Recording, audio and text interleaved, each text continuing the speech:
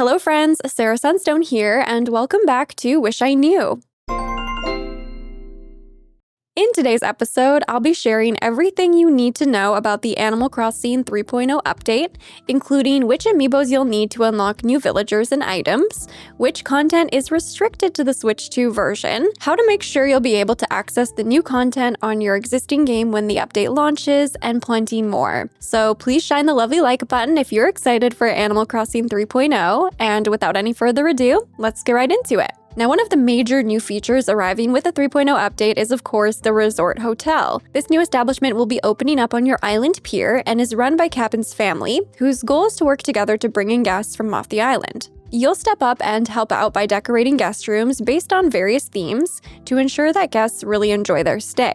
By completing these projects, you'll earn hotel tickets, which is a new currency that can be spent at the gift shop at the hotel. Another fun new feature here is that at the hotel you can dress up some mannequins, which guests and friends who visit can borrow outfits from, so you can all match for different events, occasions, and themes. So there's lots of new content to explore at the Resort Hotel, but how exactly will you unlock this new feature? Although it hasn't been explicitly confirmed by Nintendo yet, it is pretty safe to say that you'll likely need to have Cap'n unlocked on your island before the hotel resort can also be opened. So to unlock Cap'n, you'll need to have a 3-star island rating and experience KK Slider's first concert. So essentially, you need to roll credits on the main campaign. If you're unsure about how to get your island to 3 stars, be sure to consult with Isabel at Resident Services for guidance. She might suggest that you add more flowers, decorations, villagers, so on to improve the overall rating. After these conditions are met, Cap'n will appear the next day at the pier on your island. Now, there's definitely a chance that there could be other conditions that you'll need to meet in order to unlock the Resort Hotel, but at the very minimum, I would make sure you at least have Cap'n on your island before the update drops, just to be safe. One other thing to note about the Resort Hotel is that while villagers can visit on their own, you can also use Amiibo, so you can invite your favorite characters to stay at the hotel. This includes both Amiibo figures and Amiibo cards. However, you can't actually summon those who work on the island, like Tom Nook and Isabel, for example. You also can't summon any special NPCs that are visiting that day. So for example, if Leaf has set up a little stand on your island, you wouldn't be able to bring him into the hotel that day. So do keep this in mind before making any plans to create hotel rooms for certain characters. Next up, with this update, it seems like there will be a fairly significant number of new items. If you'd like to see every new item shown so far in this update, I'll have my previous video linked in the description for your reference. I've counted somewhere between 100 and 200 total unique items, but do keep in mind that there will also be a number of different color variants for many of the items,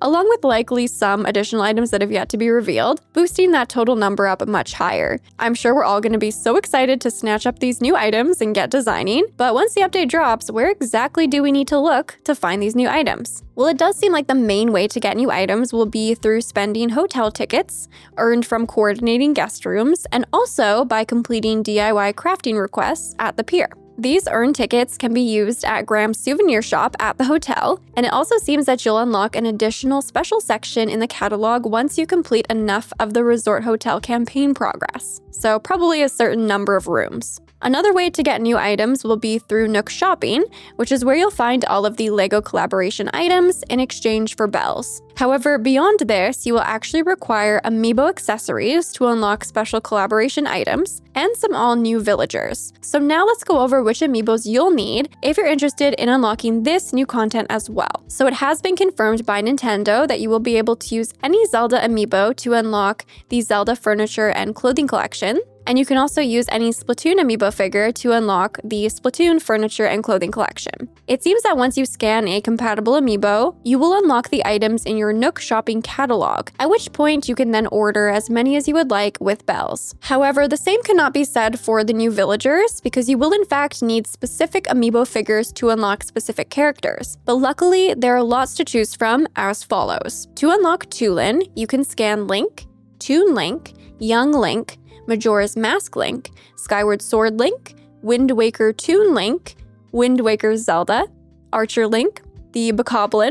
You could also scan Daruk, Revali, Zelda and Loftwing, Tears of the Kingdom Link, Tears of the Kingdom Ganondorf, Unibo, and of course Tulin. To unlock Minoru, you can scan Zelda, Sheik, Ganondorf, Wolf Link, Ocarina of Time Link, Twilight Princess Link, Legend of Zelda Link, Rider Link, The Guardian, Breath of the Wild Zelda, Urbosa, Mifa, Link's Awakening Link, Tears of the Kingdom Zelda, Sidon, and Riju. So if you just have one of the amiibos in either of those two categories, you can scan them in to unlock either Tulin or Minoru, or both if you have one from each category. As for the new Splatoon villagers, to unlock Cece, you can scan Callie, Marina, Octoling Girl, Octoling Boy, Octoling Octopus, the Blue Octoling, Small Fry, which is the one I have. I think he's so oddly cute. You could also scan Shiver or Alterna Callie. To unlock Viche, you can scan the Inkling Girl, the Inkling Boy, the Inkling Squid, Marie, the Green Inkling Girl, the Purple Inkling Boy, the Orange Inkling Squid, the Pink Inkling Girl, the Green Inkling Boy, the Purple Inkling Squid, Pearl, the Yellow Inkling, Fry, Alterna Marie, the Side Order Pearl Amiibo, or the Side Order Marina Amiibo. I actually had no idea there were so many Splatoon Amiibo, so I definitely learned something new today looking through the list. However, the neat thing here is if you actually have the Big Man Amiibo, you can choose if you would like Cece or Viche. So if you really want both Splatoon villagers, if you get the Big Man Amiibo, you can actually just feed two birds with one scone. Or I guess in this case, two squirrels. I will have the full official list of compatible amiibo linked in the description for your reference, so be sure to check that out if you'd like to double check which of your amiibo will unlock which villagers. So now that we're on the topic of new content that is technically paywalled, let's go over which new features and content will be available exclusively with the Nintendo Switch 2 edition, so you can decide if it's worth the upgrade for you. With the Nintendo Switch 2 edition of Animal Crossing New Horizons, first up, we have enhanced resolution for improved 4K graphics. There will also be mouse control integration with the Joy-Con 2, which can be used when decorating home interiors, when creating custom designs, and also when leaving messages on the bulletin board. There is one singular Nintendo Switch 2 edition exclusive item, which is the Megaphone. This item will be available for purchase at Nook's Cranny, and it will connect with the built-in Switch 2 microphone so you can call out for your villagers and locate exactly where they are on the island at any time. It's unclear whether or not we'll be able to trade this item or gift it to a friend. I imagine if we were able to, then while our friend might be able to hold the item, there would be no actual functionality because the original Switch does not have a microphone. Finally, for the Switch 2 edition, you will be able to play with up to 12 friends total versus the current 8 maximum if you all own the Switch 2 version. Similarly, with the Switch 2 edition, you will also have access to those game chat features with Nintendo Switch Online. Now, if you already have Animal Crossing New Horizons, you can purchase the upgrade pack digitally for just $6.99 Canadian or your regional equivalent, but they will also have physical Nintendo Switch 2 editions if you're purchasing the game for the first time or would just like to add it to your collection for the love of physical games. Now the question of, is this worth it? I personally don't think that I can ever answer this question for you and your unique situation, but I will give you my personal take. I think if you have a Nintendo Switch 2 and are planning to play a lot of Animal Crossing, especially on a 4K monitor or TV, it would be really great to get those graphics upgraded to 4K. But honestly, even without that upgrade, the load times for Animal Crossing New Horizons on the Switch 2 have been significantly improved. So it's already a better experience just playing the original game on the Switch 2. I feel like only time will tell if the other features are very good and how much we'll actually use them, like the mouse controls and the new Megaphone item.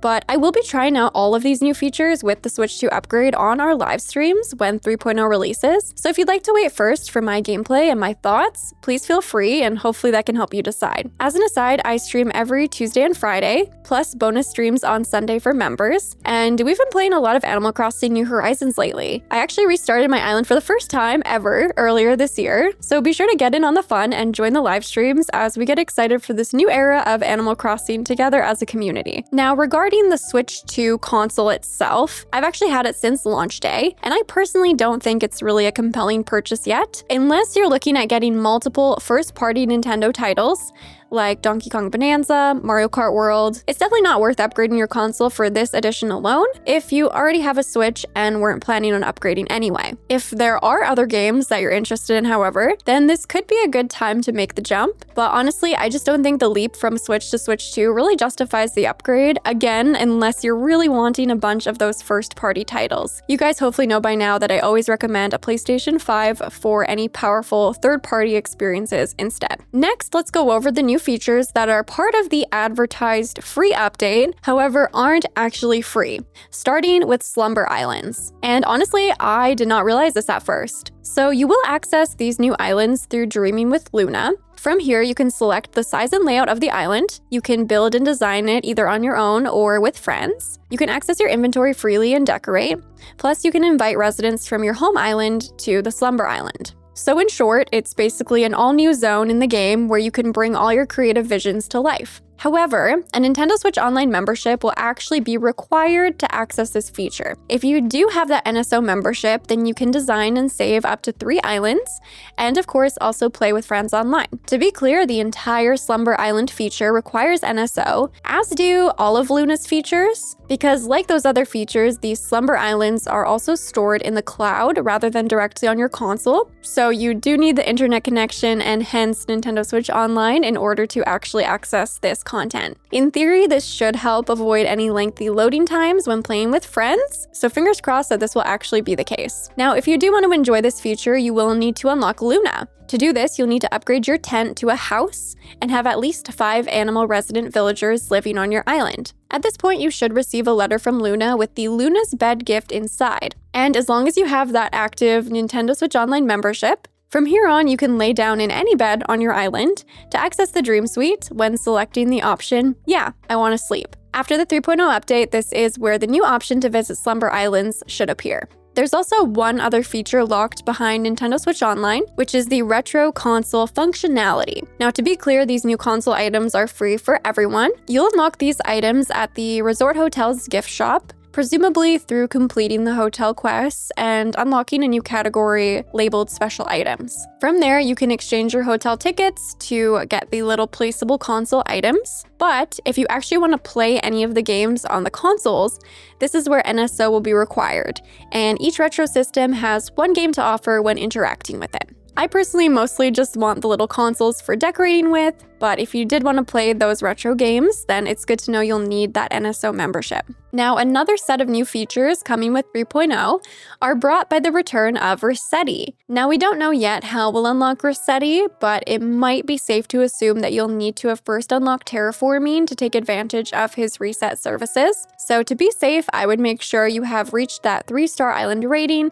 and hosted the first KK Slider concert, which you'll also need to unlock happen. So again, you might as well get this done before the update. The day after that concert, Tom Nook will contact you to grant you the Island Designer app, which gives you the tools to begin shaping your island's landscape. Now, Resetti will offer you the ability to completely reset your island. You can also choose to reset just one specific area that you select, or clean up just the beaches. Because of how convenient it seems this feature will be, it might be a good idea to hold off on taking on certain really big island projects ahead of the update if you want to make use of some of his services. Additionally, if you have a bunch of items you'd like cleaned up all at once, including flowers, you might want to leave them on the beach so Resetti can help out in 3.0. Finally, with this update, there will also be a series of quality of life improvements implemented. So I think it's important to at least be aware of these in case you want to hold off on taking on certain projects before these features are implemented. First up, for quality of life, 2 new storage upgrades will be added. One that increases the maximum number of items to 7,000 total storage, and another that increases it to a total of 9,000 items. These are likely to cost a pretty penny, so definitely consider saving up now if you'd like to unlock these right away. For reference, the 3200 upgrade cost 700,000 bells, the 4000 item upgrade cost 900,000 bells, and the 5000 item upgrade cost a whopping 1.2 million bells. So we can predict that the next 2 upgrades will also be somewhere in the millions.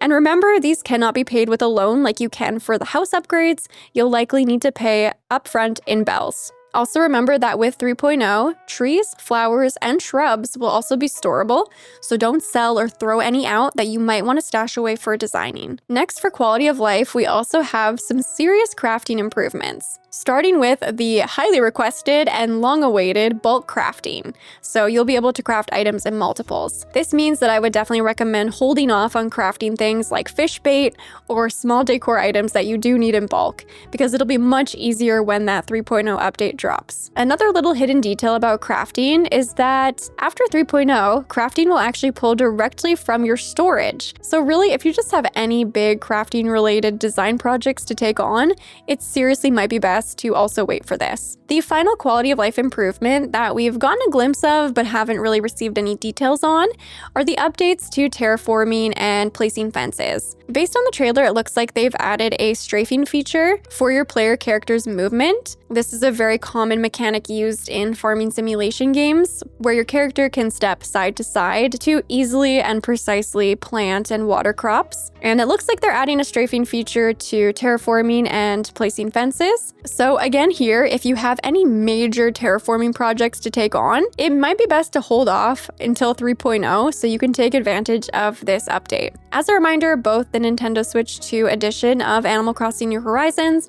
along with the free 3.0 update, are releasing on January 15th, so be sure to mark your calendars. And again, if you want to get ready together as a community, we're doing exactly that on the weekly live streams, so come hang out. Otherwise, there you have it, friends. That's everything you need to know about the Animal Crossing New Horizons 3.0 update. So let me know down in the comments how you're going to be preparing and also which new feature you're most excited for. Anything and everything, you know I always love hearing from you. And with all that being said, thank you so much for watching. I love you all, and until next time, take care.